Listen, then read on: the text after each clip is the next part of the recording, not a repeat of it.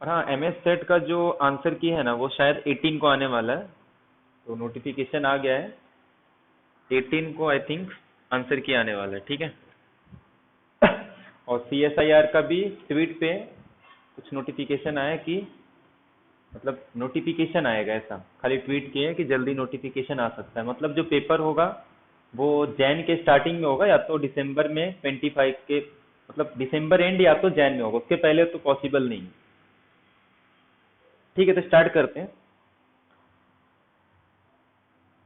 तो कल हम लोग क्या क्या डिस्कस किए थे? एक तो सेट के बारे में डिस्कस किए थे, और उसके बाद फिर फंक्शन में एक तो वन वन और एक ऑन टू फंक्शन डिस्कस किए थे। और उसके बाद वन वन और ऑन टू के बेसिस पे हम लोग ये डिस्कस किए थे कि किसका पोटेंशियल ज्यादा होता है। पोटेंशियल मतलब किसके पास नंबर ऑफ एलिमेंट ज्यादा होंगे, इसके बारे में कुछ डिस्कशन किए थे। कि अगर दो सेट गिवन है, A and B, A and B अगर ये दो सेट है और इसमें मैं एक फंक्शन डिफाइन कर रहा हूं, तो अगर ये वन वन हो गया तो इससे ये क्लेम हो जाता है कि जो ए की पोटेंशियल है वो बी के पोटेंशियल से लेस देन इक्वल होगा। अगर ये मैप ऑन टू है तो ए की potential greater than is equal to हो जाती है बी के पोटेंशियल। अगर ये दोनों हो गया मतलब बाइजेक्टिव फंक्शन हो गया, तो ए और बी की कार्डिनेटी सेम हो जाएगी। और ये चीज हम लोग इन जनरल प्रूफ करेंगे, चाहे वो फाइनाइट सेट हो या इनफाइनाइट सेट हो। तो आज हम लोग जो मेन डिस्कस करेंगे ना, इनफाइनाइट सेट में काउंटेबल सेट। अब काउंटेबल में क्या क्या आते हैं वो सारी चीजें हम डिस्कस करेंगे। तो यहां तक किसी को कुछ डाउट था? One one function onto function में वन वन का डेफिनेशन क्या था कि every distinct element has a distinct image in B. कि जब आप डोमेन के एलिमेंट को चेंज कर रहे हो तो साथ में को डोमेन के एलिमेंट को भी चेंज करना है। ऑन टू का सिंपल मीनिंग था कि बी सेट के जितने भी एलिमेंट है उसके पास एटलीस्ट एक फ्री इमेज तो होना चाहिए। तो वन वन ऑन टू अगर दोनों होगा तो उसको बाइजेक्टिव फंक्शन बोलते हैं। मतलब दो सेट के बीच में वन टू वन करस्पॉन्डेंस होना चाहिए। तो ये डेफिनेशन क्लियर था सबको, वन वन ऑन टू और बाइजेक्टिव फंक्शन। इसमें किसी को कुछ डाउट है?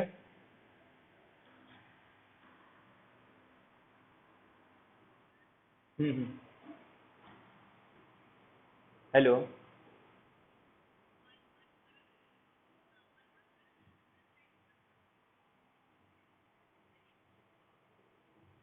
वन टू और वन करस्पॉन्डेंस का मतलब क्या होता है? जस्ट इतना कि यहाँ पे जितने भी एलिमेंट है, ठीक है, इसके लिए एक एलिमेंट यहाँ मिलना चाहिए और यही रिवर्स में भी होना चाहिए। मतलब यहाँ पे जितने इसके पास एलिमेंट है वो यहाँ होना चाहिए। मतलब इन जनरल बाइजेक्टिव फंक्शन को ही वन टू वन करस्पॉन्डेंस बोलते हैं। मतलब यहाँ पे जितने भी एलिमेंट है ना, एक एलिमेंट यहाँ होना चाहिए। और बी सेट में जितने भी एलिमेंट है उसके लिए एक एलिमेंट यहाँ होना चाहिए। ये आगे चल के हम लोग यूज करते हैं कि अगर ए और बी से, मतलब ए से बी के बीच में अगर एक वन वन मैप डिफाइन कर दूं और बी से ए के बीच में एक वन वन मैप डिफाइन कर दूं, तब भी फंक्शन बाइजेक्टिव हो जाता है। इसको हम लोग बोलते हैं स्क्रॉडेर बर्नस्टीन थ्योरम। क्लियर है ये? कि अगर दोनों साइड से वन वन भी दिखा दो ना, फिर भी वो क्या हो जाता है, आपस में बाइजेक्टिव फंक्शन हो जाता है। मतलब A to B one one और B to A one one. ये क्लियर है सबको? और उसके बाद हम लोग दो इंपॉर्टेंट एक एग्जाम्पल देखे थे, स्टोन गोट एग्जाम्पल। मतलब हर एक स्टोन के लिए एक गोट होना चाहिए और हर एक गोट के लिए एक स्टोन होना चाहिए। और एक सेकेंड एग्जाम्पल देखे थे जो हिलबर्ट पैराडॉक्स था। तो ये दो कॉन्सेप्ट का हम लोग पूरा यूज करने वाले हैं, क्योंकि इन जनरल हम लोग हमेशा मैप डिफाइन नहीं करेंगे कि अगर दो फंक्शन को एक ऐसा फंक्शन ढूंढेंगे कि वो वन वन ऑन टू होगा। तो ये नहीं, हम लोग हमेशा क्या करते हैं, लॉजिकल मतलब देखते हैं कि वन टू वन करस्पॉन्डेंस बन रहा है या नहीं। कोई भी सेट हो, या तो वो फाइनाइट होगा या तो इनफाइनाइट सेट होगा। किसी सेट को हम लोग फाइनाइट सेट कब बोलते हैं? जब वो एक ऐसे सेट के साथ इक्विवेलेंट होगा जिसके पास इनिशियल के स्टार्टिंग एन एलिमेंट होंगे और उस सेट की कार्डिनिटी कितनी हो जाएगी? एन। किसी भी सेट को हम लोग फाइनाइट सेट कब बोलेंगे? जब वो एस ऑफ एन के साथ क्या हो जाएगा? वन टू वन करस्पॉन्डेंस होगा। तो जितने एलिमेंट इस एफ ऑफ एन के पास रहेंगे वही हमारी क्या हो जाएगी, कार्डिनलिटी। इनफाइनाइट सेट में दो चीजें होती है, एक होता है जिसको हम लोग बोलते हैं डेन्यूमेरेबल, या इसी को काउंटेबली इनफाइनाइट कहा जा सकता है, या फिर इसी को एन्यूमेरेबल कहते हैं।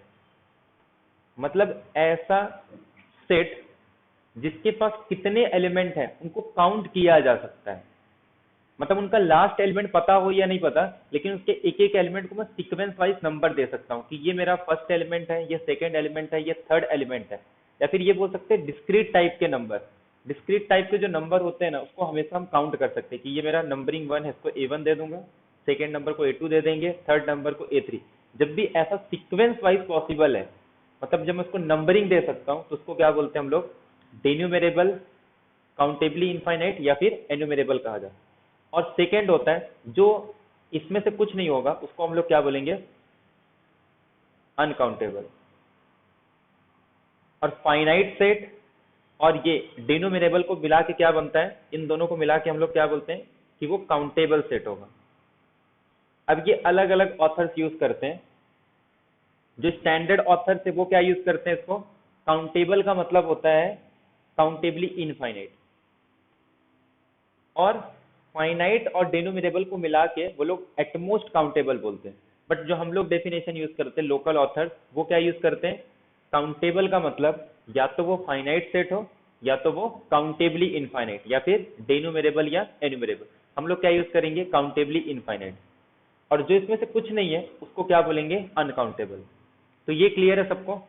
अब ये एक एक समझेंगे कि डेन्यूमेरेबल क्या होता है। आज हम लोग सिर्फ काउंटेबली इनफाइनाइट मतलब काउंटेबल डिस्कस करेंगे। तो किसी भी सेट को हम लोग क्या कर सकते हैं, या तो वो फाइनाइट होगा या तो इनफाइनाइट होगा। अब इनफाइनाइट में भी क्या हो सकता है, वो या तो काउंटेबली इनफाइनाइट होगा या तो वो अनकाउंटेबल होगा। यहां तक क्लियर है सबको।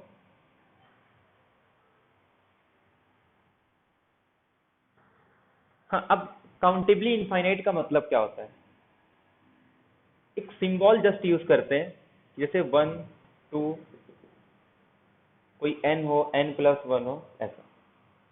मतलब एक ऐसा नंबरिंग या एक ऐसा जस्ट एक सिंबल है कि जो कभी एंड भी नहीं होता, और हर एक एलिमेंट के लिए उसका एक सक्सेसर होगा। मतलब 1 से स्टार्ट होगा, 2 3 ऐसे, और उसके पास हर एक नंबर के लिए उसका एक सक्सेसर होगा। जैसे n के लिए n+1, जो हम लोग यूज करते हैं ना मैथमेटिकल इंडक्शन में, बेल ऑर्डरिंग प्रिंसिपल, उसमें इसी कॉन्सेप्ट का यूज करते हैं कि हर एक एलिमेंट के लिए उसका क्या होना चाहिए, सक्सेसर। तो इस टाइप के जो एलिमेंट होते हैं ना, या इसके साथ जो करेस्पॉन्डेंस करते हैं, उसको हम लोग बोलते हैं कि वो काउंटेबली इनफाइनाइट होगा। अब बाय डिफॉल्ट क्या हो गया, नेचुरल नंबर का डेफिनेशन ही यही है, 1 2 3 4, और हर एक एलिमेंट के लिए इसके पास एक सक्सेसर होता है। तो ये नेचुरली हमारे पास एक क्या आ गया, ये काउंटेबली इनफाइनाइट सेट है। या फिर इसी को हम लोग क्या बोलते हैं, काउंटेबली इनफाइनाइट, या फिर इसी को हम लोग डेन्यूमेरेबल या न्यूमेरेबल बोल। तो हम लोग ये यूज करेंगे काउंटेबली इनफाइनाइट। तो नेचुरल नंबर ये अपने पास बाय डिफॉल्ट क्या आ गया, एक काउंटेबली इनफाइनाइट सेट आ गया। तो अब हम लोग क्या कहेंगे, किसी भी सेट को अगर काउंटेबली इनफाइनाइट बताना है तो मैं उसको किसके इक्विवेलेंट बताऊंगा, नेचुरल नंबर के। ये क्लियर है सबको। तो इसमें हम लोग क्या क्या चीजें क्लेम करेंगे, देखो, सबसे छोटा जो काउंट मतलब सबसे छोटा इनफाइनाइट सेट नेचुरल नंबर होता है, और ये क्लेम कर दिए कि नेचुरल नंबर क्या है, काउंटेबली इनफाइनाइट है। और इसके बाद ये भी प्रूव करेंगे कि जितने भी डेन्यूमेरेबल सेट होते हैं वो सारे के सारे किसके साथ इक्विवेलेंट होंगे, नेचुरल नंबर के साथ। और उसके बाद जो कॉन्टिन्यूम हाइपोथेसिस है कैंटर का, कि n और जो पावर सेट होता है p ऑफ n, इसके बीच में कोई दूसरा मतलब ऐसा कोई सेट नहीं है जिसका कार्डिनल नंबर इसके बीच में होगा। मतलब n और p ऑफ n के बीच में कोई भी कार्डिनल नंबर नहीं होगा। ये जस्ट हाइपोथेसिस है, कैंटर का कॉन्टिन्यूम हाइपोथेसिस। इसको प्रूफ नहीं किया है, जस्ट ये हाइपोथेसिस है कि n और p ऑफ n के बीच में कोई भी दूसरा मतलब ऐसा कोई कार्डिनल नंबर नहीं जो इसके बीच में होगा। मतलब या तो कार्डिनलिटी n होगी या तो p ऑफ n होगा। और एक क्लेम करेंगे हम लोग कि n और p ऑफ n के बीच में कोई भी ऑन टू मैप डिफाइन नहीं होता। तो इसका मतलब क्या हो गया कि p ऑफ n की कार्डिनलिटी, नेचुरल नंबर ये, हमेशा ग्रेटर देन हो जाएगा। क्योंकि सर्जेक्टिव मैप कब होता है? जब को डोमेन के पास नेचुरल नंबर से ज्यादा एलिमेंट, मतलब इससे ज्यादा एलिमेंट हो जाए। तो ये सब अपने को एक एक करके क्लेम करना है। तो सबसे पहले हम लोग क्या करते हैं, वो सारे एग्जाम्पल इकट्ठा करते हैं जो नेचुरल नंबर के साथ इक्विवेलेंट होंगे, मतलब जितने भी काउंटेबल वाले एग्जाम्पल है। तो काउंटेबल में फाइनाइट सेट को छोड़ देते हैं, क्योंकि फाइनाइट सेट मतलब जिसके पास फाइनाइट एलिमेंट होंगे। तो इनफाइनाइट में ऐसे कौन से सेट है जो किसके साथ इक्विवेलेंट है? नेचुरल नंबर के साथ। और इसमें किसका यूज करने वाले हम लोग? हिल्बर्ट पैराडॉक्स का यूज करेंगे। यहां तक क्लियर है सबको कि कोई भी सेट काउंटेबली इनफाइनाइट कब होगा? जब वो नेचुरल नंबर के साथ इक्विवेलेंट होगा। ये क्लियर है सबको?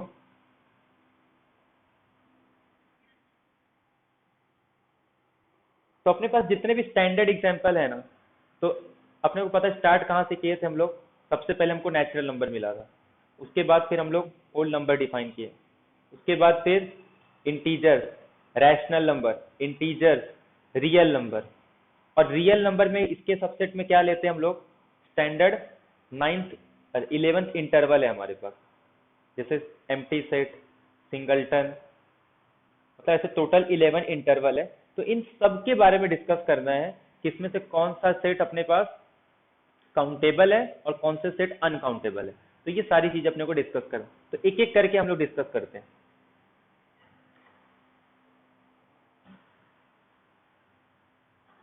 नेचुरल नंबर कैसे रहता है अपने पास? एक 1, एक 2, एक 3, 4, 5, ये नेचुरल नंबर है। जेड कैसे रहेगा? यहाँ पे 0, 1, 2, 3 इस टाइप से, यहाँ पे -1, -2, -3। तो मुझे क्या करना है? जस्ट 1 to 1 करस्पॉन्डेंस बनाना है ना। तो मैं अगर हिल्बर्ट पैराडॉक्स का यूज करूंगा, तो मुझे जस्ट क्या करना है? नेमिंग देना है। तो मैं 1 को कहाँ भेज दूंगा? 0 पे। 2 को कहाँ भेज दूंगा? 1 पे। 3 को -1 पे। 4 को 2 पे। 5 को -2 पे। ऐसे 6 को कहाँ भेजूंगा? 3 पे। 7 को कहाँ भेजूंगा? -3 पे। अब ना तो ये एंड होने वाला है और ना ही ये एंड होगा। तो ये 1 to 1 करस्पॉन्डेंस बन गया है ना।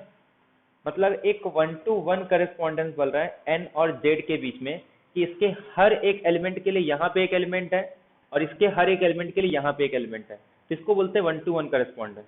तो देयरफॉर एन और जेड के बीच में एक 1 ऑन टू मैप डिफाइन होगा। तो देयरफॉर एन की कार्डिनलिटी और जेड की कार्डिनलिटी सेम होगी। ये क्लियर है सबको? और अगर मैप डिफाइन करना है, इसमें हम लोग जनरल मैप डिफाइन कर सकते हैं। अगर n से लेके z तक मैप डिफाइन करना है तो कैसे डिफाइन करोगे? f of n is equal to, अच्छा ध्यान से देखो हम लोग कर क्या रहे हैं। 2 को कहाँ भेज रहा हूँ मैं? 1 पे। 4 को कहाँ भेज रहा हूँ? 2 पे। 6 को कहाँ भेज रहा हूँ? 3 पे। मतलब जब n मेरा इवन आ रहा है तो हम लोग उसको कहाँ भेज रहे हैं? उसके हाफ पे ना। 2 को 1, 4 को 2। मतलब जब n इवन होगा तो इमेज क्या होगा? n/2। और ऑड कहाँ पे जा रहा है? 0, 3 -1 पे, 5 -2 पे। तो इसको कैसे डिफाइन करेंगे हम लोग? 1 - n/2। जब मैं इसमें 1 पुट कर रहा हूँ तो आंसर कितना हो रहा है? 0।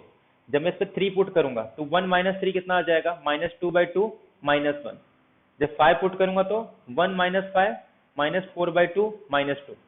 मतलब, और इसको हम लोग क्लियरली प्रूव कर सकते हैं कि ये कैसा मैप है। 1 1 भी होगा, ऑन 2 भी होगा। इवन के लिए भी चेक कर सकते हैं। जस्ट अपने को एक मैप ढूंढना था जो n और z के बीच में क्या डिफाइन कर रहा है? 1 to 1 करस्पॉन्डेंस डिफाइन कर। तो देयरफॉर n और z की कार्डिनलिटी सेम होगी। तो जो भी n के साथ इक्विवेलेंट है तो z भी क्या हो जाएगा? डिनोमिनेबल। ये क्लियर है सबको? तो z कैसा सेट है? काउंटेबली इनफाइनाइट है। और किसके साथ इक्विवेलेंट है? नेचुरल नंबर के साथ। ये क्लियर हुआ सबको?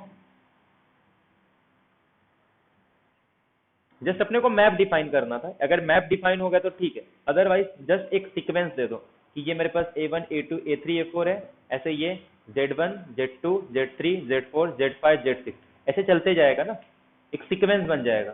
तो इसको हम लोग क्या बोलेंगे कि ये भी एक, मतलब इसको भी हम लोग काउंट कर सकते हैं। तो ये भी काउंटेबली इनफाइनाइट है। तो Z is a similar to natural number. मतलब जेड के पास उतने ही एलिमेंट है जितने की नेचुरल नंबर के पास है, मतलब नेचुरल नंबर और जेड की पोटेंशियल सेम है। अब ऐसे सेकेंड हम लोग क्या बता सकते हैं, जेड हो गया, होल नंबर के लिए तो डायरेक्ट कर सकते हैं, यहाँ पे एफ ऑफ एन ले लो तो उसको एन माइनस वन ले लो, 1 पुट करेंगे तो 0 आ जाएगा, 2 पुट करेंगे तो 1 आ जाएगा। तो ये सिंपल मैप डिफाइन कर सकते हैं एन से लेके डब्ल्यू के बीच में। अच्छा, अगर ये मैप नहीं डिफाइन करना है तो डायरेक्ट किसका यूज करेंगे हम लोग, हिल्बर्ट पैराडॉक्स का, कि कोई इनफाइनाइट सेट है, अगर मुझे उसमें 0 एडजस्ट करना है तो हम लोग कर सकते हैं ना, कि अगर एक इनफाइनाइट एलिमेंट है तो उसमें एक नए गेस्ट को ऐड करना था तो हम लोग क्या करते हैं, एक एक शिफ्ट कर देंगे। तो वही काम कर रहे हैं ना, कि एफ ऑफ एन को हम लोग क्या लिख रहे हैं, एन माइनस वन, जस्ट मैंने एक शिफ्ट कर दिया और वो फर्स्ट प्लेस पे किसको ऐड कर दूंगा, 0 को, तो ये तो डायरेक्ट आ जाता है। ये क्लियर है सबको? मतलब होल नंबर हो, इंटीजर्स हो, जबकि दिखने में कैसा है, अपने को पता है कि -1, -2, -3 ये सब किसके पास है, इंटीजर्स के पास है, बट ये एलिमेंट किसके पास नहीं है, नेचुरल नंबर के पास नहीं है, बट फिर भी दोनों के पास नंबर ऑफ एलिमेंट सेम है।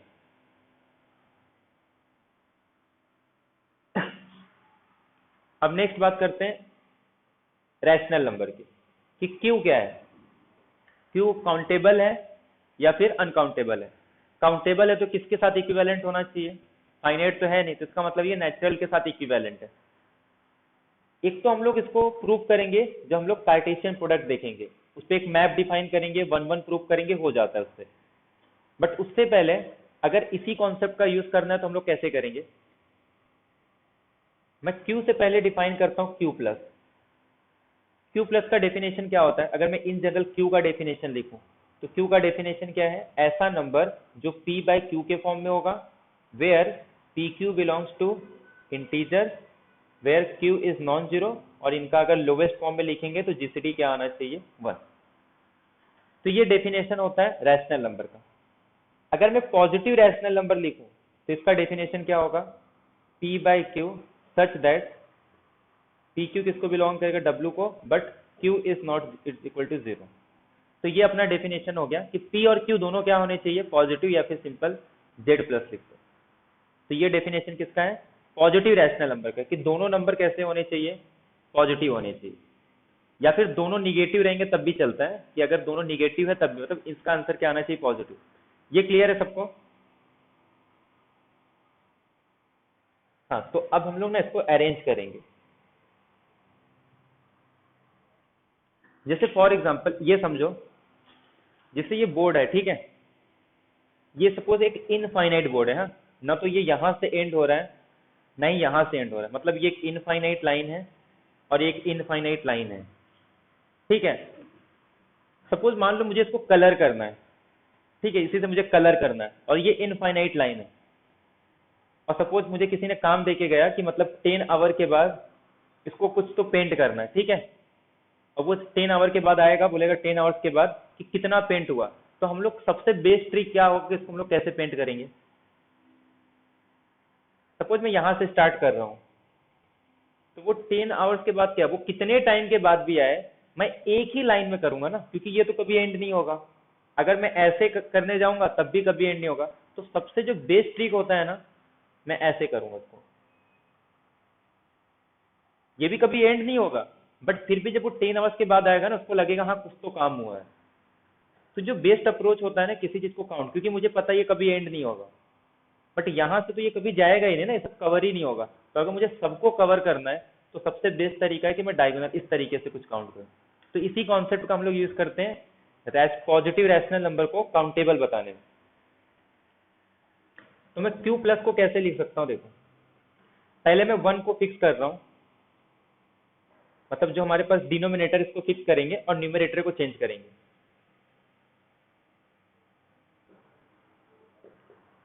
ऐसे लिख सकता हूँ मैं इसको।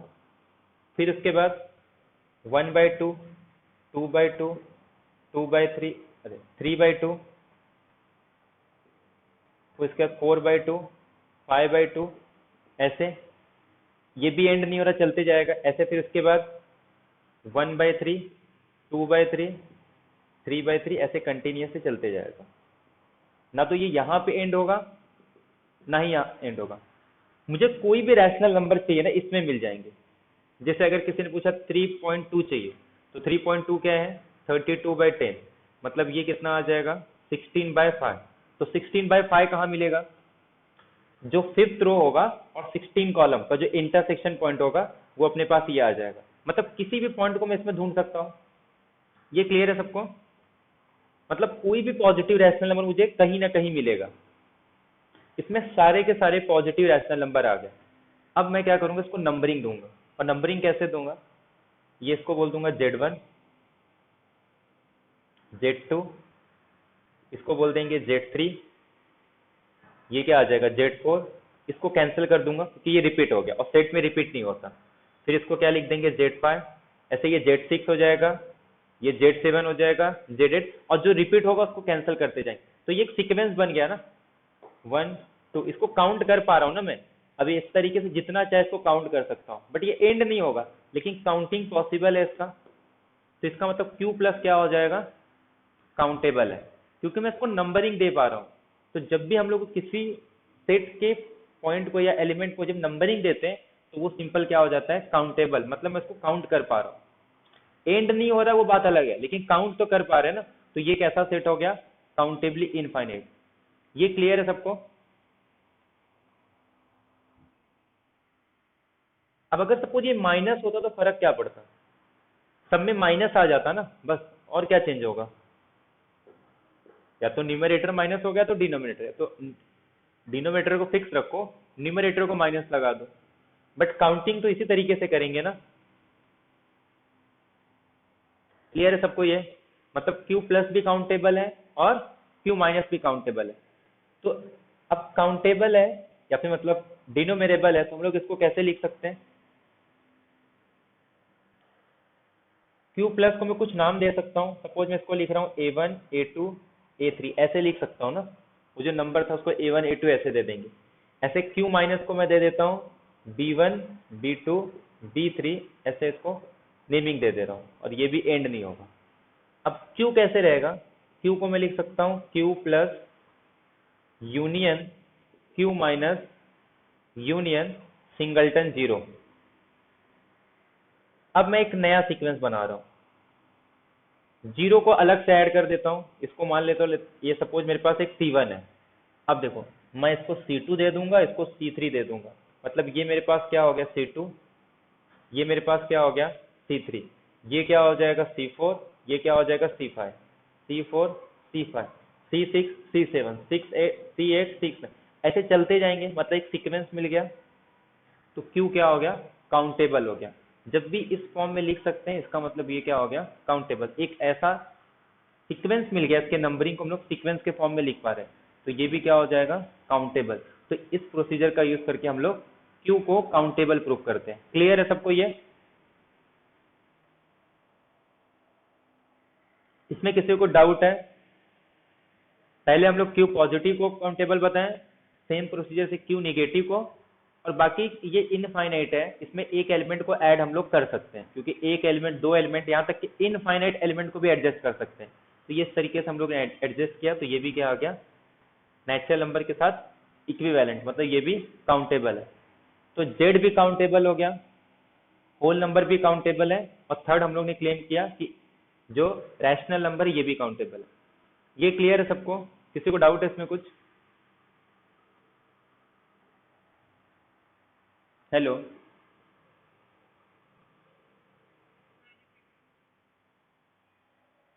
हाँ, ध्यान दें आप। Q को हम लोग कैसे लिख सकते हैं, इसमें positive rational number, positive irrational number और सिंगलटन 0, इन सबको मिला के क्या बनता है, अपने पास एक रैशनल नंबर बनता है, सेट ऑफ रैशनल नंबर। और Q अपने को पता है किस फॉर्म का होगा, P बाय Q का फॉर्म होगा, मतलब इसके जितने भी नंबर है वो सब P बाय Q के फॉर्म में होंगे। अगर पॉजिटिव नंबर है तो P और Q दोनों को पॉजिटिव लेंगे, अगर सपोज दोनों निगेटिव भी है तो वो तो कैंसिल हो जाता है। तो मतलब इसके कोई भी नंबर किस फॉर्म में होंगे, 2/3 3/2, इस फॉर्म के नंबर होंगे। तो हम लोग ने इसको अरेंज किया कि डिनोमिनेटर को फिक्स रख रहे हैं और न्यूमरेटर को चेंज कर रहे हैं।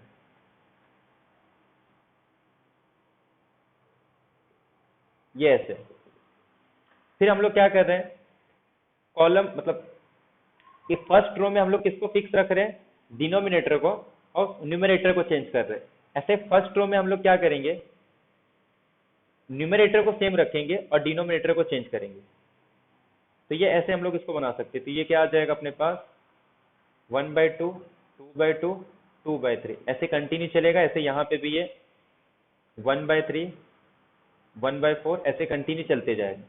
फिर हम लोग ने क्या किया, इसको काउंटिंग करना स्टार्ट किया। और काउंटिंग कैसे कर रहे हैं, ये 1, ये 2, ये 3, ये 4, ये 5, ये 6, 7, 8, 9, मतलब ये कैसा हो गया, काउंटेबल। ऐसे ये प्लस वाला काउंटेबल है, ऐसे निगेटिव वाले को काउंटेबल बनाएंगे, और ये तो एक सिंगल एलिमेंट है।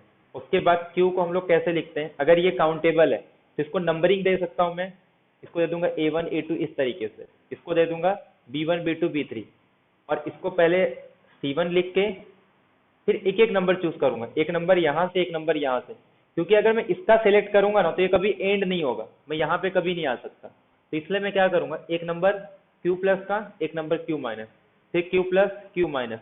तो इस तरीके से हम लोग नंबरिंग देंगे इसको। तो Q rational number, set of rational number is denumerable या काउंटेबली इनफाइनाइट। तो अपने पास एग्जांपल्स क्या आ गए, एक तो इंटीजर्स आ गया, एक तो होल नंबर, और ये 3 सेट कैसे आ गए अपने पास, काउंटेबल आ गए। अब बचा क्या, इरेशनल नंबर बचा है, रियल नंबर बचा है, बट वो अब इससे डायरेक्ट नहीं आएगा। अब इसके लिए अपने को कुछ प्रॉपर्टी चाहिए, जिसके बाद हम लोग इरेशनल नंबर चेक करेंगे और रियल नंबर। यहां तक किसी को डाउट है?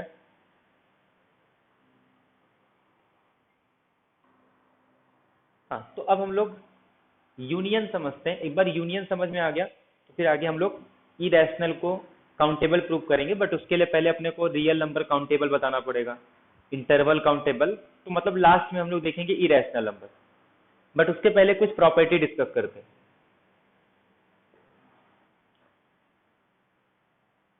Every subset of countable set is countable.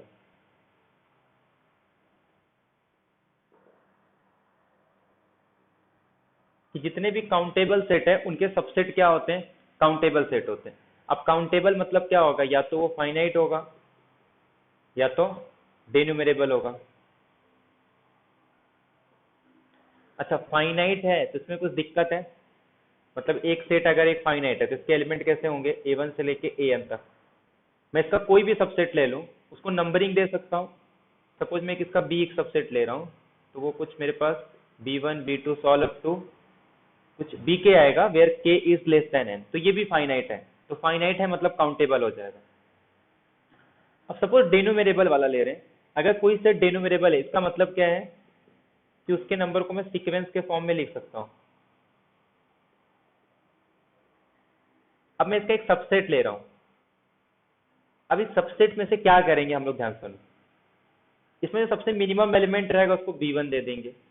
इसका सबसेट ले रहे हैं ना हम लोग, तो जो भी सबसेट रहेगा, ऐसा मिनिमम नंबर ही मत बोलो, उसके सबसे पहले वाले एलिमेंट को बोल देंगे B1, जो दूसरा एलिमेंट रहेगा उसको B2 नाम दे देंगे।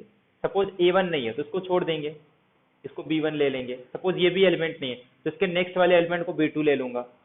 तो जो नहीं है उसको छोड़ के बाकी जो बचेंगे उसको नंबरिंग दे देंगे। तो ये अपने पास हर एक सबसेट भी क्या आ जाता है, काउंटेबल, अरे सॉरी, डेन्यूमरेबल का सबसेट भी क्या आ जाता है, डेन्यूमरेबल।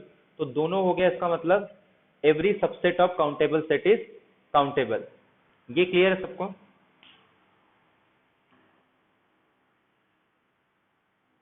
तो ये अपने पास एक रिजल्ट आ गया कि every subset of countable set is countable. अब इसके बाद यूनियन का कॉन्सेप्ट लेते हैं।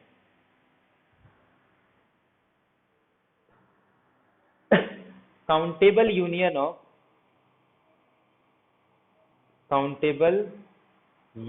Of countable set is countable. अब इसके बेसिस पे टोटल 4 क्वेश्चन बनते हैं। काउंटेबल यूनियन का मतलब क्या हो सकता है, वो फाइनाइट यूनियन भी हो सकता है या डेन्यूमरेबल यूनियन भी हो सकता है। और सेट काउंटेबल, इसका मतलब क्या हो सकता है कि सेट फाइनाइट भी हो सकता है और सेट डेन्यूमरेबल भी हो सकता है। तो टोटल कितने पॉसिबिलिटी बनेंगे, 4 पॉसिबिलिटी बनी।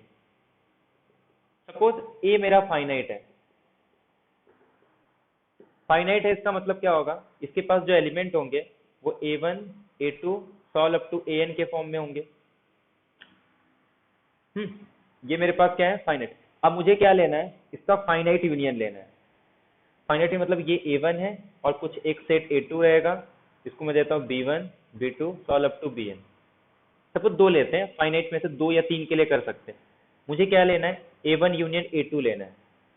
तो मैं क्या करूंगा, पहले इसको नेमिंग दे दूंगा c1 c2 solve up to cn, और इसको नेमिंग दे दूंगा cn+1 से लेके c, ये सपोज n और ये m है, तो ये सपोज n+m। ये फाइनाइट है, ये फाइनाइट है, तो n+m भी क्या होगा, फाइनाइट आएगा। तो इसका मतलब a यूनियन a2 भी क्या हो गया, फाइनाइट हो जाएगा।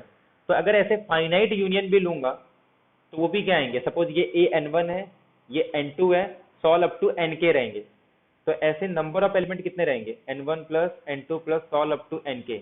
ये फाइनाइट नंबर, ये फाइनाइट नंबर सबको ऐड करेंगे तो वो भी फाइनाइट आएगा। मतलब finite union of finite set is finite. ये क्लियर है सबको, कि मतलब सेट भी फाइनाइट होना चाहिए, और जो उसका यूनियन ले रहे हैं मतलब ये टोटल सेट भी कितनी होनी चाहिए, फाइनाइट होनी चाहिए। सेट के अंदर एलिमेंट फाइनाइट और total number of set finite, ऐसा। तो finite union of finite set is finite. तो ये क्लियर है सबको।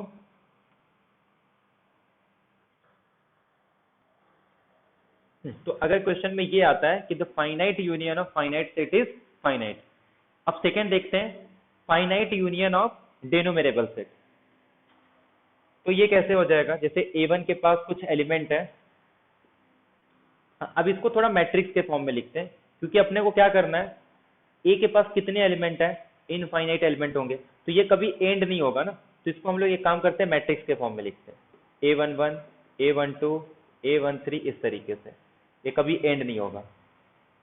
और मुझे यूनियन कितना लेना है, फाइनाइट यूनियन लेना है ना, तो ऐसे कहाँ तक जाएगा, ये कुछ k तक जाएगा। और इसके एलिमेंट को लिखता हूँ a21 a22 a23 solve up to ये। और ऐसे लास्ट में क्या होगा, ak1 ak2 ak3, तो सॉल्व अप टू चलते जाएगा। अब मैं इसको काउंट कर सकता हूँ, मुझे इसका यूनियन लेना है, ai where I is going from k2। मतलब डिनोमिनेबल सेट का फाइनाइट यूनियन लेना है, क्योंकि कितने सेट है टोटल, फाइनाइट सेट है ना, तो डिनोमिनेबल सेट का फाइनाइट यूनियन लेना है। अच्छा, अब इसको मुझे नंबरिंग देना, तो मैं कैसे दूंगा, वही वाला कॉन्सेप्ट फिर से। ये a11 को क्या नाम दे दूंगा, सपोज b1, a12 को क्या बोल दूंगा, b2, इसको क्या नाम दे दूंगा, b3। ऐसे कंटिन्यूअसली करते जाऊंगा ना, b1 b2 b3 b4 b5 b6, ऐसे कंटिन्यू चलते जाएगा। अब इसमें से कुछ रिपीट होंगे ना, तो जो रिपीट होंगे उसको नाम दे दो, मतलब कट कर दो, क्योंकि जो b1 आएंगे से बहुत सारे एलिमेंट रिपीटेड आएंगे। तो जो रिपीटेड उसको कैंसिल कर दो, क्योंकि मैंने कहा था ना कि जो जिसे रिमूव करना है, कुछ नंबर को ऐड करने से और कुछ फाइनाइट नंबर को रिमूव करने से उसके पोटेंशियल पे कोई इफेक्ट नहीं होता। तो वो जो नंबर रहेगा उसको एक नया नंबर दे दो, बस नेमिंग दे दो b1 b2, ऐसे ये भी क्या आ जाएगा, मतलब ये भी डिनोमिनेबल आ गया। तो इससे क्या क्लेम हुआ कि जब हम फाइनाइट यूनियन लेते हैं किसी डिनोमिनेबल सेट का, वो हमेशा डिनोमिनेबल आता है। ये क्लियर है सबको, ये कभी भी फाइनाइट नहीं होगा। पहला क्या देखें, every finite finite union of finite set is finite. Second, finite union of denumerable set is denumerable. ये डिनोमिनेबल आ रहा है, फाइनाइट नहीं आ रहा है। तो first statement, finite union of finite set is finite. Second, finite union of denumerable set is denumerable या countably infinite. ये clear है सबको।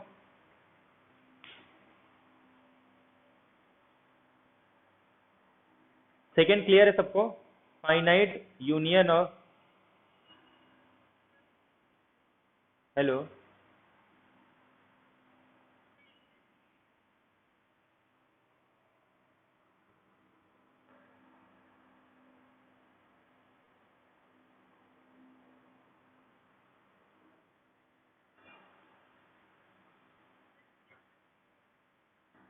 स्टेटमेंट लिख के दो।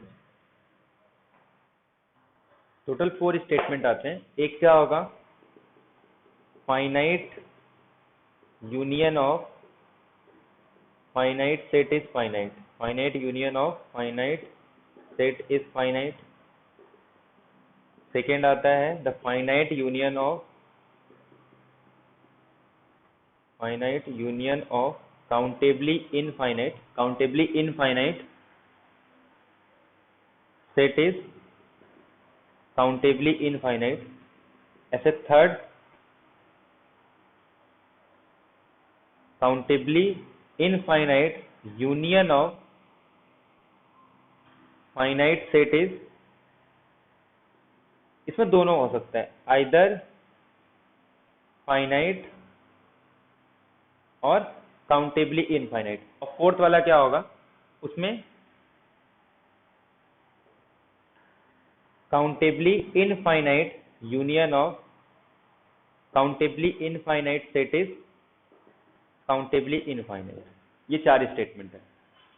Finite union of finite set is finite, finite union of countably infinite set is countably infinite, countably infinite union of finite set is either finite और countably infinite.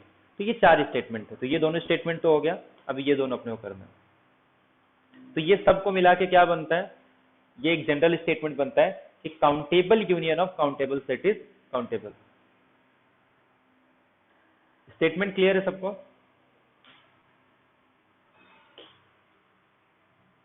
Hello,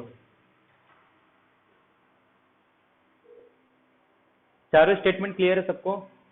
हाँ, अब third statement करते हैं। अब ये जो थर्ड स्टेटमेंट है ना, इसमें दोनों हो सकता है, मतलब ये फाइनाइट भी हो सकता है और काउंटेबली इनफाइनाइट भी हो सकता है। जैसे अगर मैं सेट को, सारे सेट को, मुझे कितने सेट लेने हैं, काउंटेबली इनफाइनाइट सेट लेने हैं, और उसका क्या लेना है,